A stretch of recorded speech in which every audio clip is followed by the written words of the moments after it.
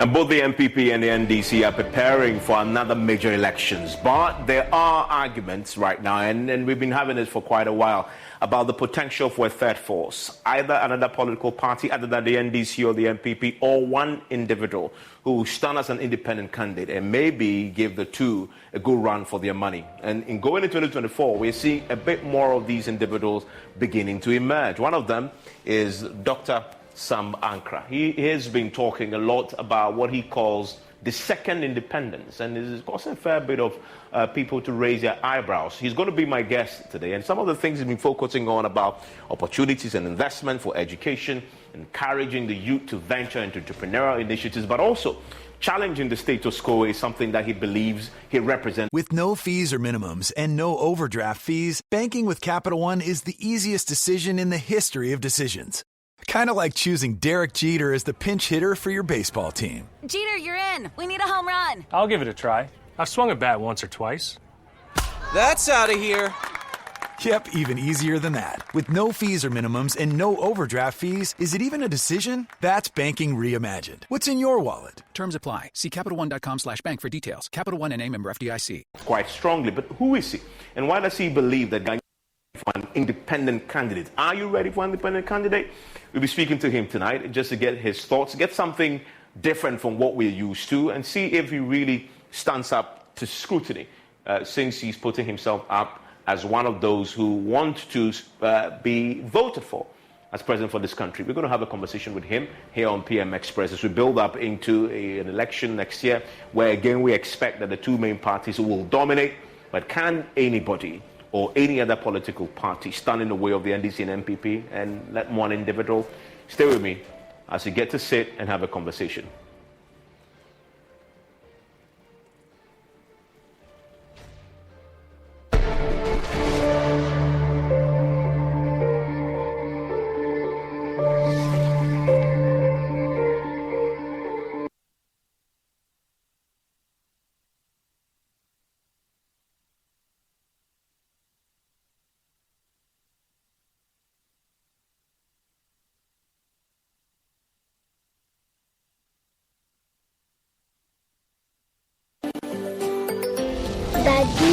Daddy, this tank is big. Yes, that's true. It can store a lot of water.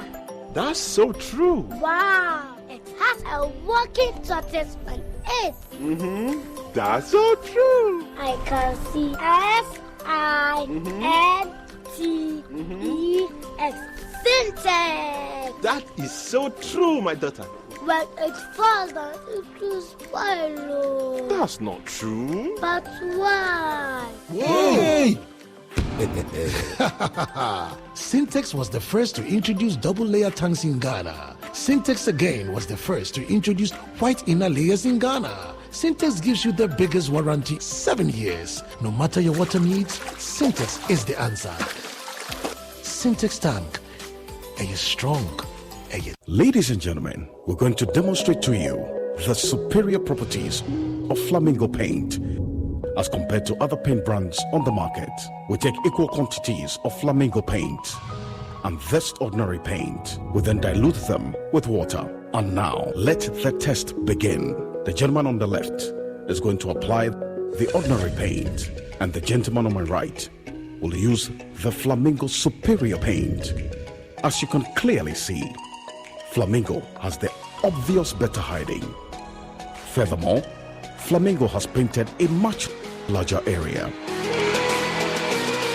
You know, 1 bucket of Flamingo paint is equal to several buckets of any other paint brand on the market. Flamingo paint is made with superior formulation to give superior durability, superior hiding, superior coverage. Flamingo paint, simply superior. Hello, my name is Abeku Agri Santana. If there's anything that makes my life so easy, it is my bank. I love hanging out with my boys at our usual fufu joint. But even without cash, we still dey chop better with EcoBank Mobile. No matter the time of day, my bank helps me stay in touch with my beautiful wife whenever she's away. And when my beautiful wife is in town, she never misses out on her favorite TV shows because I'm able to pay up all my TV subscriptions from the comfort of my mobile phone. Whenever she has to get groceries too, my bank makes it cashless and convenient. And the part my wife loves the most is when my bank makes it possible and easy for her to shop from any part of the world without moving. Welcome to the smart world of EcoBank. Download EcoBank mobile from Google Play Store or the App Store and discover the smart way to bank. EcoBank, the Pan-African Bank. There are days when you think, whoa, today I've earned it. So order a Glovo. Days when plans run longer. What if we order a Glovo? Or days when you can't control everything. Oh yes, because on Glovo, you can order anything you want. Glovo, you order, we deliver.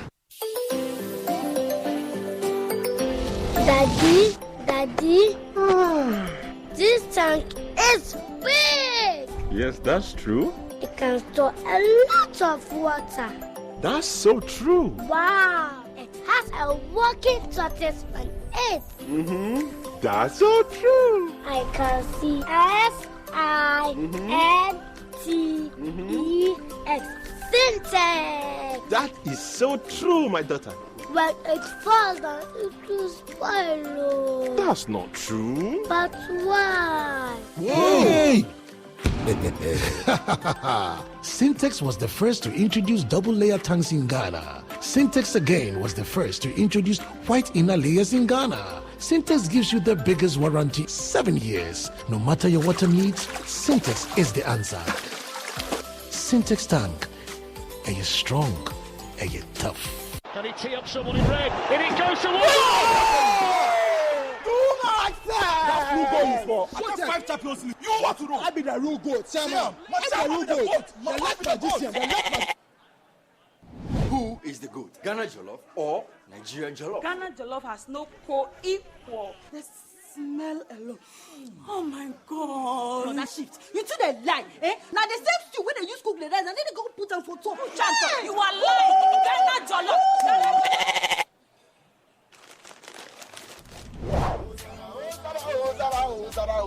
Are you here? Forget everybody. Yeah. My guy. Put your papa in the jar. Put some respect on the goat. On the goat. The only goat I know lives in Tama. Every year we dey give to you back. We are talking about BET. I want some Yaji face. Except be the goat, huh? My guy, he be the goat.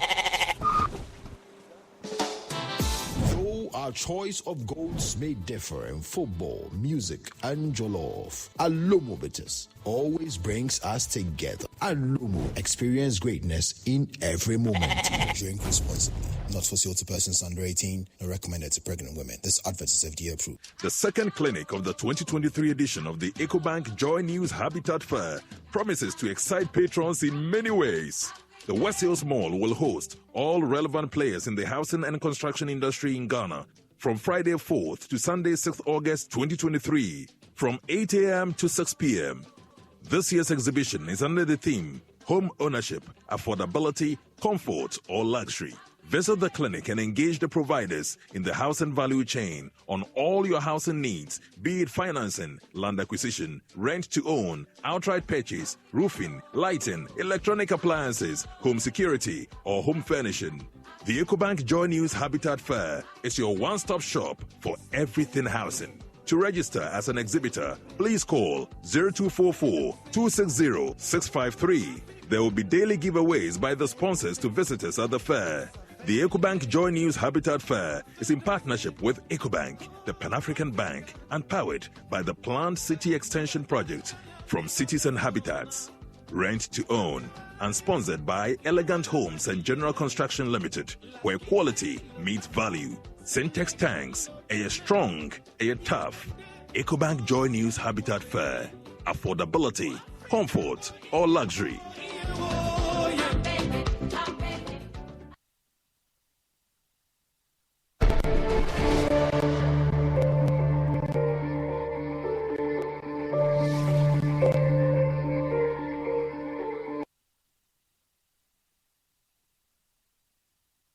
And thanks for staying with us here on PM Express. Always brought to you by Cherry Tree Properties. We develop spaces as though we are going to occupy them ourselves. Syntex tanks, it is strong, it is tough. Alumo bitters experience greatness in every moment, and the Ghana AIDS Commission. Let me tell you a bit more about Syntex tanks, because no matter your water needs, Syntex tank has it all.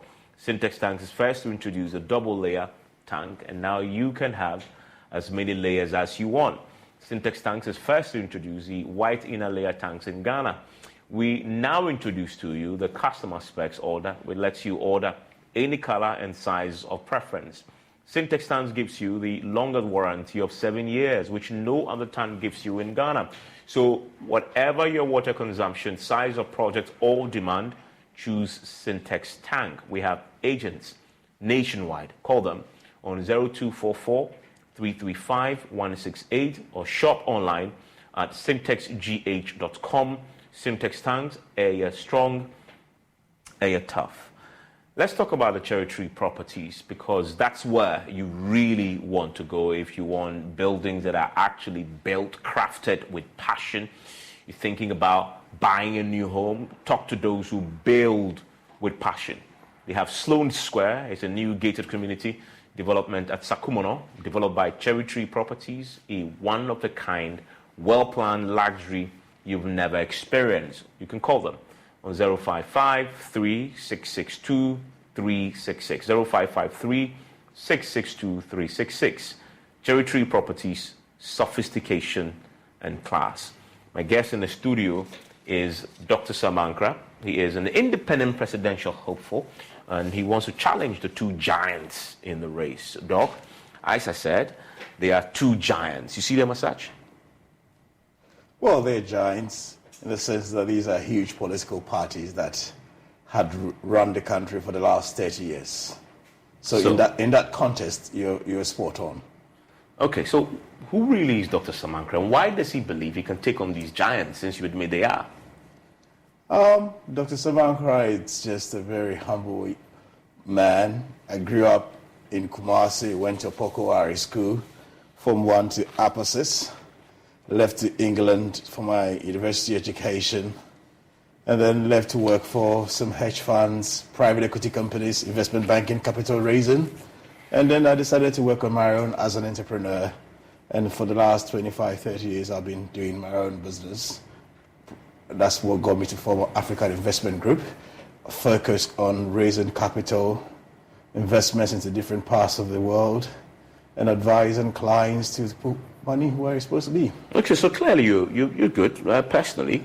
Your personal circumstances is just fine. So why do you want to be president? Why do you want to take on all our problems? That's a very interesting question, and a lot of people ask me this question. Why would you want to sacrifice your luxury? Why would you want to do this to get yourself into this position? But Evans, it gets to a point in time where some generation have to leave for the other. I'm somebody that had always been working on youth programs helping the deprived people, women. And basically, I look at situations and I believe that if things can be done better, and it's not, I have a moral responsibility to get involved if I have the know-how to get in and help. So looking at all this, my passion for people and to help people to move away from where they are, to have a social upliftment, from social mobility, moving up in their lifestyle from where they are to where they're supposed to be. This passion that I have, that I think is drawing me to do this, this huge vision I've gotten myself into at the moment. Okay, so fundamentally you want to change people's lives? Absolutely. Yeah, but that is the motivation there is to change people's lives. That's what all politicians tell us. Are you a politician? The challenge is I'm not a politician, to be honest. I'm not. I have never wanted to be a politician. I started by advising politicians from the outside, writing articles and documents to be able to help shape policy and do exactly what I could do if I wasn't in politics. However, most of these things that were done, I'm sure if you're very familiar with the Ghanaian newspapers or articles, you see that several articles I've written to help shape policy, to help change the lifestyles of the deprived people. Unfortunately, most of these things I've done over the years had not been able to get the effect of which that needs to. So I spoke to very key people, and he goes, look, the kind of change that you are looking for, you are a change agent. These are very, very radical policies that you are looking to do. These are radical frames that you want to put in place, and you can't do it from the outside. It's only when you are in the helm of affairs. So why don't you just give it a go? Talk to Ghanaians, let them understand exactly what you stand for and what you can do to change their lifestyle. Because over the years, there have been several promises, there have been several attempts, but none of them had been able to yield to what this country needs. With all the resources available to us, with all the human capital that we have, with everything that we have, how intelligent Ghanaian young people are, and still we haven't been able to get to where we are. So it gets to a point where a generation has to sacrifice themselves for the next. And I believe that is a time that somebody has to. And like the Messiah, I'm sacrificing my life to stand up there, put myself onto bear, and fight for the deprived people of this nation. What's a sacrifice precisely? I mean, this is public service you're going into. It pays quite well from everything else we've seen. A lot of the politicians that go in come out far wealthier than they went in. So where's the sacrifice? Sacrifice in the sense that it doesn't pay a fraction of what I am into at the moment. I see that as a service to. For the ones who know safety isn't a catchphrase, it's a culture. And the ones who help make sure everyone makes it home safe. For the safety-minded who watch everyone's backs, Grainger offers supplies and solutions for every industry, as well as safety assessments and training to keep your facilities safe and your people safer. Call, click Grainger.com, or just stop by. Grainger, for the ones who get it done. The nation service my fellow human beings. And talking about people getting into it, getting wealthier, that's the issues that we need to address going forward, because I personally don't see it that way. I don't think politics should be a place for people to go and make money. And these are the key reasons why the right people have to get into the right positions to be able to turn things around. Because the mindset of why everybody's now rushing into politics just to make money for themselves and their immediate families is the reason why I'm getting into it, to make sure that this does not continue. The status quo is not an option anymore. What is the status quo? Well, the status quo is where everybody, these days, young people finish school, they want to rush to politics, they get to radio stations. Like the former president would say, you have babies with sharp teeth, bringing down the system, insulting people just to get themselves known, rushing into politics just to make a living. I believe that is not the way forward.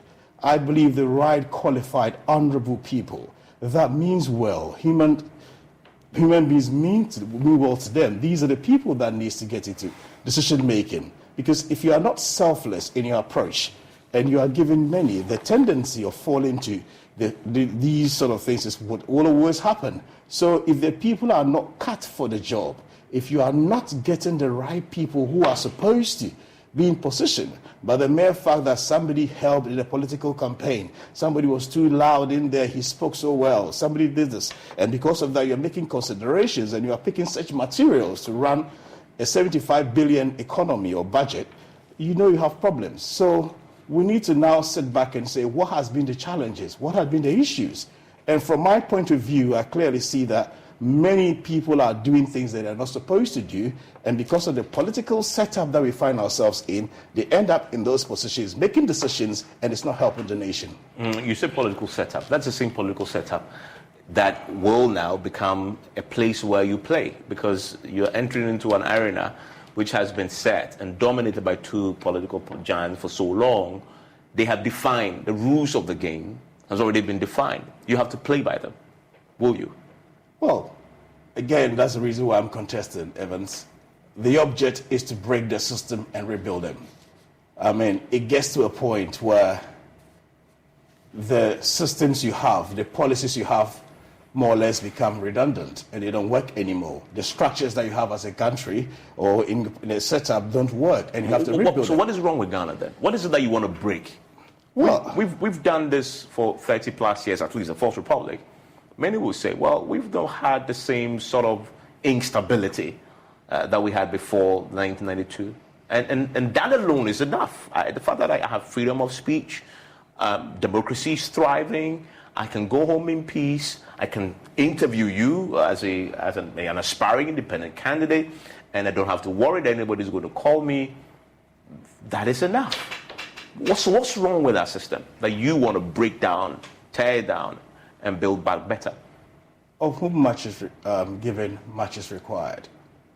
If we feel we have our peace, there's some sort of water coming through our taps, we have intermittent power, we're earning some sort of money, so we're making a living, then we've gotten it wrong. Let's compare ourselves to our even independent classmates like Singapore and all these other countries, Malaysia, Indonesia, these countries.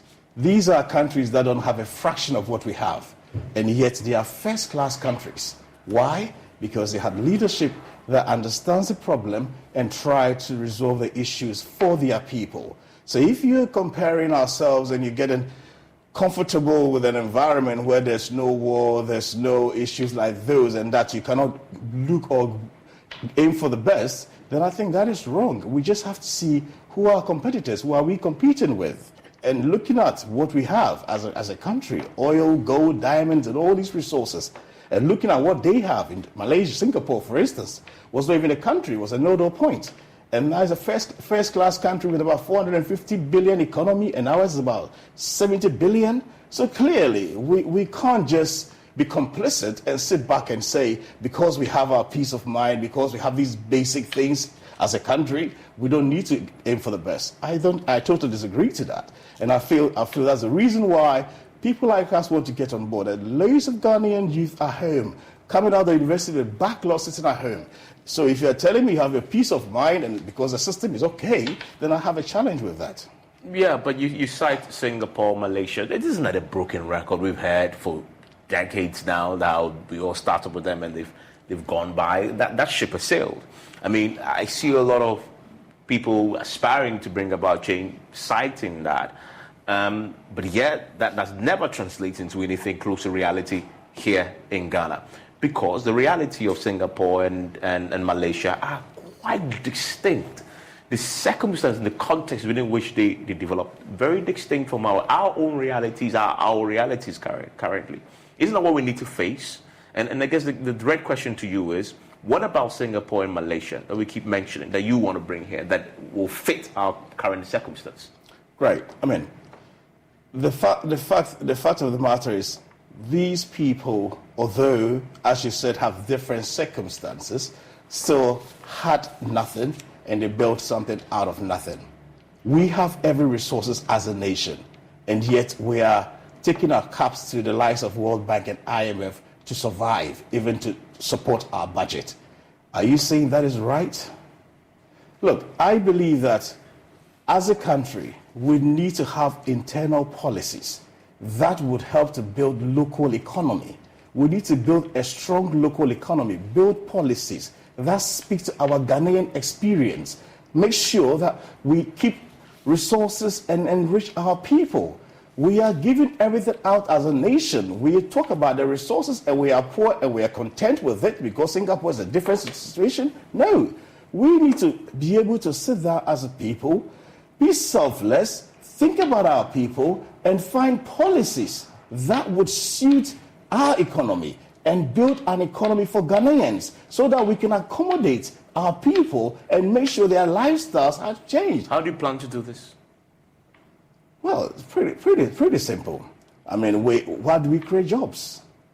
We have to process our resources. We can't keep exporting our raw materials. But everybody says that. NDC says that. MPP says that. It's replete in their manifestos. Absolutely. So that's what I said to you earlier on, that the systems we have in place makes it difficult for these people to get in the helms of affairs and do exactly as they have said. You have parties even borrowing when they are in opposition to fund their campaigns or to keep their parties afloat. You have individuals... Are you saying you're not going to do that? Absolutely. How are you going to run your campaign? So, I've explained to your colleague earlier on. I mean, I in my line of business, and again, as you know, I've been in the business world, We have social impact funds that goes into systems or environment that we can trust, feel credible. So if I have any good cause that is going to help to uplift the lifestyle of people, you have very charitable people that put it in and support the occasion. And that is the kind of structure I'm bringing in to fund my campaign. And basically that's what is going to get me out of going and depending on people who would come and dictate or direct policy when it doesn't help the people. You mentioned that one of the things you want to do is, move to production, add some value, and not just export the raw material. As I mentioned to you, all the parties say that too, that they want to, that's why, in fact, this current government had introduced this one district, one factory as a way of adding value and producing so we can export. We've seen that policy, yes, has some great positives, but hasn't actually manifested in the exact fashion that the NPP actually anticipate. There have been significant challenges. How are you proposing to do this differently? Evans, the government can't do it all. A government cannot keep establishing companies or taking businesses away from the private sector. If you talk about enabling environment for industries, it's not a government building factory. What you do is you create the environment that the private sector will be attracted to invest in that environment.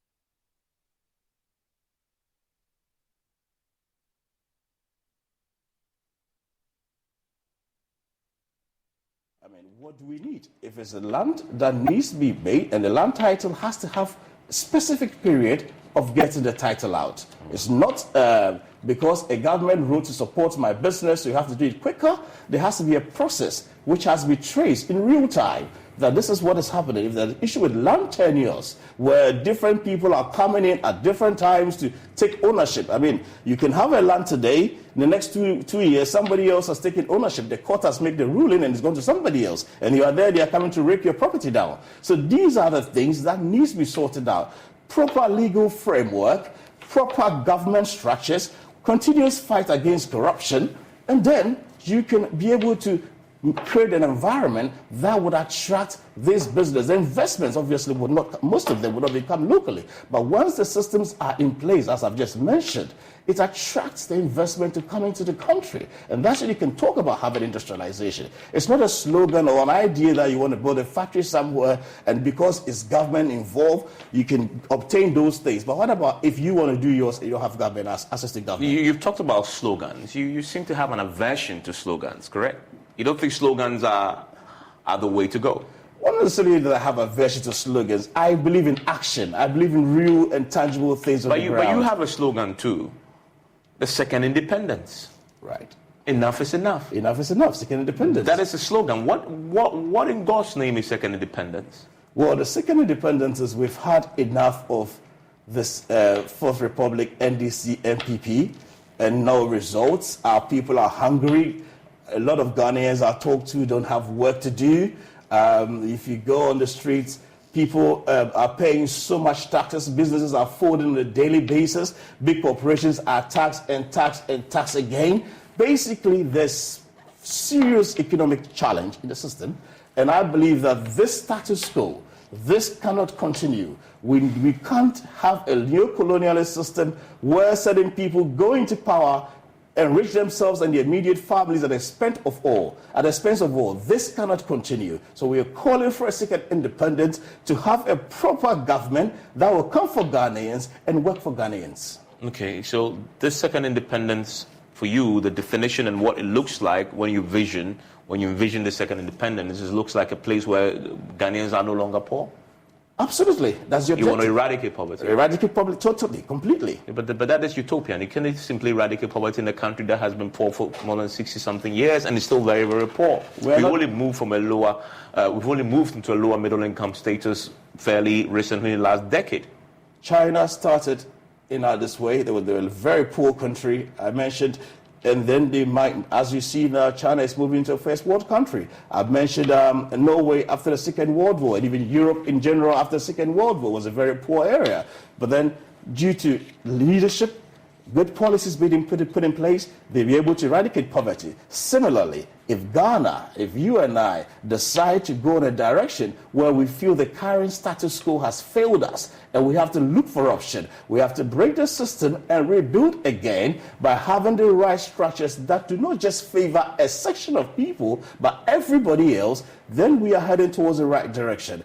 Having our constitution amended, first of all, to be able to make sure that, again, not different tiers of people are paying in different salaries. We're talking about Article 71 for certain, category of people. What would you do that? You're talking about a single spine. I mean, come on, there has to be a one framework income structure for all. You're going to scrap Article 75? Scrap it up totally. For the Constitution? Yeah, absolutely. And make sure there's a structure for everybody. There's not even a distribution of income in this country. There's so much income discrepancy. And again, because of corruption. Corruption has exhibited income inequality, and people are so rich, people are so poor. We need to cut this off. Ghanaians need to benefit from the system as well. It's not just a fraction of the people that come in and benefit. We have to create policies and systems that, regardless of people's birth, regardless of their tribe, regardless of the area they were born, regardless of who they are, should still benefit from the system, just as what others people are doing. And that's what we stand for. That's what Samankra is looking to do for this nation. So that is the second independence. So the second independence is independence from NDC and MPP? Absolutely. Whereas the first independence was independent from colonialism? Yes. So this is the neo-colonialism we're trying to get rid of. Colonialism imposed by the NDC and MPP? Absolutely. Okay. So you say at the beginning that you're part of your work coming into the decision to run for president is you were also advising politicians in the background? Yeah, advising politicians in the background. In fact, I've even taken the Parliament Finance Committee to a training camp somewhere else for a few days and take them through financial products and programs. I have been advised and I've done my part too. But then again, you cannot influence change until you are the decision maker, from what I've seen. Yeah, but if you're an advisor to the politicians, then you possibly have to bear part of the responsibility of where we currently are, because they possibly are implementing your advice. No. Like I said, if those were taken, if that position had worked, I probably would not even be attracted to put myself on the line as I'm doing now. Behind the scenes, nothing has worked. You say one thing and is influenced by the other because of self-interest, because of players on hidden hands, accomplices that make decisions even on behalf of our governments. So these are things that I'm standing for, and I'm making sure that once I have the opportunity, we'll block up and make sure that transparent, accountable government is put in place and the systems and the structures are working for all. I want to take a quick break. When I return, I would look at we're in a current economic crisis, an economic crisis that we haven't seen in a generation. He must certainly have a view on this current economic crisis, and he's hoping that he would be voted for as an independent candidate. But the question really is Ghana ready for an independent candidate? Many before him have tried and have failed. So why does he believe that he will be different? Has he assessed yet the Ghanaians' appetite for an independent candidate? Stay with me after this.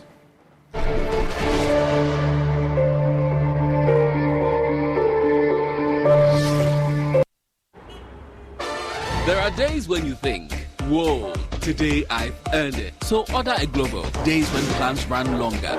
What if we order a Glovo? Or days when you can't control everything. Oh yes, because on Glovo, you can order anything you want. Glovo, you order, we deliver.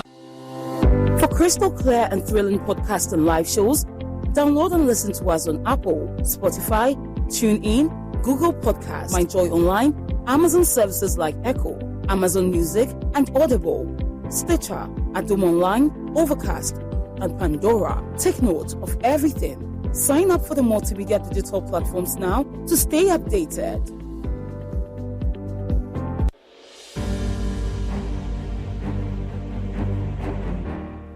My name is Tina. I am a person living with HIV. I got to know my HIV status after I gave birth and lost the child because of HIV. In those days, prevention of mother-to-child transmission services had low patronage due to fear and stigmatization. Today, many HIV-positive women have delivered negative children. I follow the guidelines and take my HIV medicine called ARVs every day, as prescribed by my doctor. This makes me strong and healthy, and also prevent me from passing HIV on to any future child. Please, avail yourself of PMTCT services when pregnant. It is the only way to ensure you do not pass the HIV onto your baby during birth or pregnancy. If you have tested for HIV recently and it was negative, test again when pregnant. If you have tested positive, go to the hospital after birth as directed by your healthcare provider. Your baby will be given medicine immediately and tested to ensure baby and mother are well. Let us work together to have an HIV-free generation. Our children must be free to shine.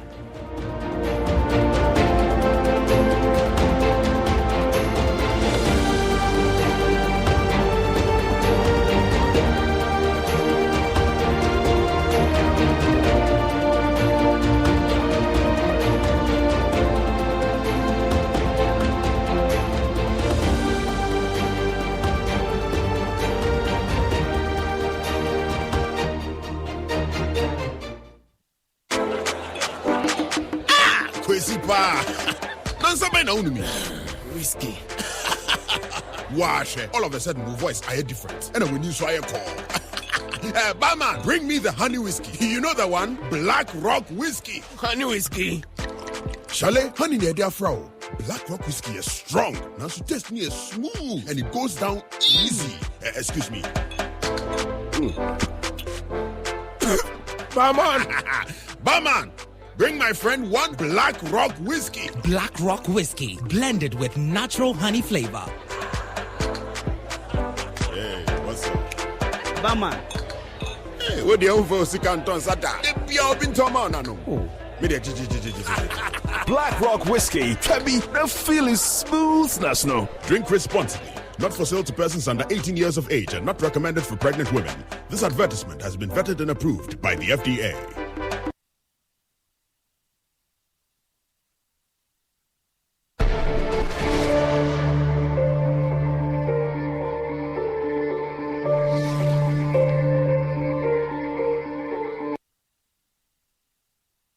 And thanks for staying with us here on PM Express. And it's always brought to you by Cherry Tree Properties. We develop spaces as though we were going to occupy them ourselves. Syntex tanks, it is strong, it is tough. Alobo Bitters experience greatness in every moment, and Ghana AIDS Commission. And Syntex tank is a tank that I use. You should try it as well because it is strong, it is tough. No matter your water needs, it has it all. It is a first to introduce a double layer tank, and now you can have as many layers as you want. It is a first to introduce the white inner layer tanks in Ghana. We now also introduce to you the customer specs order, which lets you order any color and size of preference. Syntex tank gives you the longest warranty of 7 years, which no other tank gives you in Ghana. So whatever your water consumption, size of project or demand, choose Syntex tank. We have agents nationwide. 0244 335 168 is the number to call. 0244 335 168, or simply shop online at syntexgh.com. They make it very easy. You no longer have to go into shop to buy a tank to store your water. Simply go onto the website, click a few buttons, and you'll be quickly sorted out. You're stronger, you're tough. And then talking about homes, I have always recommended to you the Cherry Tree Properties because I'm pretty sure you know that desires are wishes. Beauty is just a promise, but passion, it is everything. So if you're thinking about buying a home, you have to talk to those who build with passion. Sloane Square is a new gated community development at Sakumono, developed by Cherry Tree Properties, a one-of-a-kind, well-planned luxury you've never experienced. Call them on 0553-662-366, 0553-662-366. Cherry Tree Properties, sophistication and class. With me in the studio is Dr. Samankra, who is obviously vying to be a presidential material for this country. Indeed, next year he wants to go to the Electoral Commission, put himself up, and get on the ballot for you possibly to vote for him. I'll come to whether or not the Ghanaian population electorate is ready to vote for an independent candidate. But the Ghanaian is currently facing economic crisis of historic proportions, the worst we've experienced in a generation. 2 days ago, the finance minister was in Parliament and delivered the mid-year budget review in an attempt to get us out of this current crisis. And he said that we've turned the corner. What's your own view of where we are right now? And are you convinced that we've actually turned the corner? Evans, first of all, how did we get here? It started from the previous administration where we entered into this power or energy crisis, where factories were not operating, companies were not being able to go have power to function. And out of that panic and severity of the situation, the leader got himself into few of these power purchase agreements, again, which were not favorable to the country. A lot of money were being paid out of it. Then we entered into the banking crisis at the time. They thought the banks were not capitalized. Again, they went out there, borrowed money to sustain the banks. And again, that did not work. So much money loans. As you can see, some of these people are even still in court and we're fighting on these cases. Fast forward, there's an election. NPP took over a government with the physical space almost taken. Now, this is the challenge that I've been talking to you about. If indeed is a government that looks to help build a fundamental for an economy, the first point of call for NPP government was how do we cut costs totally and make sure that we take the people through austerity to bring back, create space in our physical space. But because as a party, they've stayed in a position for long, spent so much money, collect borrowed money, maybe, they had to look for means of making money. So they also got in, and what happens? Borrowing spree. Take it, free this, free that, free this, free that. And all these were costs. Unfortunately for them, we got ourselves into COVID and Ukraine war. So if you look at the history, it's because we don't have a consistent style of governance, or there's no robust economic policies that guide or bind us to do things. And because we're changing government, and each one of these governments have their own agenda and plans, the interest is not for Ghanaians, but it's for what they as a people benefit out of. Because if so indeed the interest was to build the Ghanaian economy, NPP government should not go into a spending spree when they take over the government. They should have looked for ways and means to stabilize the economy, create physical space before they get on the spree. But before COVID struck, the economic indicators were all inching up. We've experienced an uptick. Growth was on a sustainable path. Inflation was within control. That is what they were doing in the first few years before COVID struck. But then again, as I said to you, yes, those marginal increases, those marginal growth is not what an economy like Ghana needs. So if you are looking to build an economy, a developing economy, those are not the targets of this marginal growth. But because we see little growth here and there, we go on a spending spree.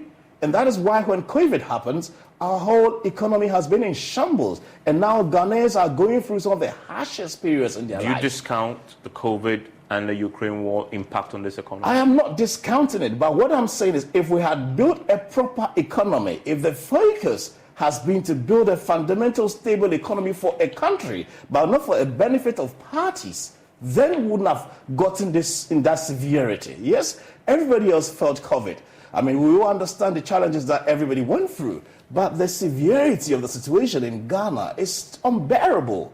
All because we have parties that comes in with their own agendas and policies, which hasn't got any long binding process. So they do their little bit to see what benefits them and their immediate people, and at the expense of the large populace. So this is the challenge that I'm fighting against. So what is your alternative then to this crisis? You are hoping that you get elected as a first independent candidate to ever get a shot at a seat. If that happens, in January of 2025, you will face an economic crisis on your hands. How are you turning it around? Brilliant. I mean, first of all, we need to offload the burden on our upfront payments. I think the loans and the facilities that we're taking now, there's too much being paid upfront. We would lessen the burden and spread it over a longer period. This is going to be serious negotiations. But that's what we're doing. But that's what government has done with the domestic debt exchange. They are now approaching the external creditors to again negotiate. This is the only reason why the IMF considered that, because we had done some form of restructuring, extended the payment, giving people haircuts. So we will do it furthermore deeper to make sure that the burden now will be lessened. And all these... But that's already been done, Dr. Samankra. Well, the government is already restructuring our debt. The burden that has reduced the burden. The burden has been done, but then obviously the people have been affected more than the international debts that we're in. So we will go back into the international market. We understand the situation, but we're looking for more lessened upfront payments so that we can spread the payment and give us a free period. Over and above that, the freebies needs to be looked into. For instance, free education. Look at the budget that we pay. What are you doing with that free education? I think, first of all, it has to be means tested. And by so doing, you are even helping to bring the informal sector to the formal sector, where people have to file a one-page form to fill out their details to make sure that they are receiving enough money or they are paying the right taxes to be qualified for it. And secondly, I said it, we need to offload our high-end schools. Schools like Opokuwari, Prempeh College, Achimota, old Additional College, all these schools needs to be offloaded to the old boys, and anybody else who's interested to, buy into it. Let them offloaded. What do you mean? They will run the schools? Yes, they will run the schools. I mean, yes, put it there. Just put it there, and let them buy shares into it, and then they run the schools. Float the schools on the stock exchange? You should float the school on the stock exchange. Absolutely. So Addisadel on the stock exchange? Yeah, run it like a business. Run it. Well, I mean, there's nowhere in the world where you go to boarding school for free. Let's be real here. So if you want to maintain the novelty of these schools, because right now it's free and it's not quality. The quality goes down every day. So what I'm saying is, how does that even work to put a school on a stock exchange? Already the old students are more or less managing certain aspects of the school. But seriously, do you mean putting the Addisadel on a stock exchange? Absolutely. We offload it to the old boys. I mean, whether it's to the stock exchange or sell shares to the Old Boy Association or individually. But the school is not a business entity, and so how do you even say shares? That whole structure doesn't exist at all. You're completely different from anything akin to shares that you can even buy. What it is, it's not going to be fully profit. Government would not take their interest out of it entirely. Government still maintain interest to keep it that way. But what I'm saying is, for us to maintain the quality, we don't have the means as a country to pump money into these schools. So offload it to private sector, offload it to the people that have the passion, the love for them to be able to take care of it. And then government now can take off the burden, have funds to do other things. Because right now... But I thought you said you are for the people. If that's what happens, then you are actually pricing out a significant part of the population. Absolutely because not. That then becomes a school for those who can afford. Well... It ceases to be a right. This is exactly what I'm saying. So now that you've been able to do that, you have to build community schools for free for the community people. For day schools, this can be done. And once you've raised money from offloading some of these schools, and you are not putting money continuously to maintain the schools, and you have resources available, you can have very decent community schools for totally free for people who have been means tested to go and enjoy.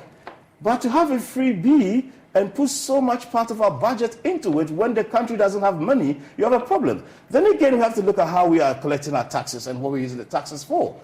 Again, as to why we're sitting here 2023 and we are sending tax officers to premises to check how many bottles of cans of Coke and stuff are being produced in production line, it beats my imagination.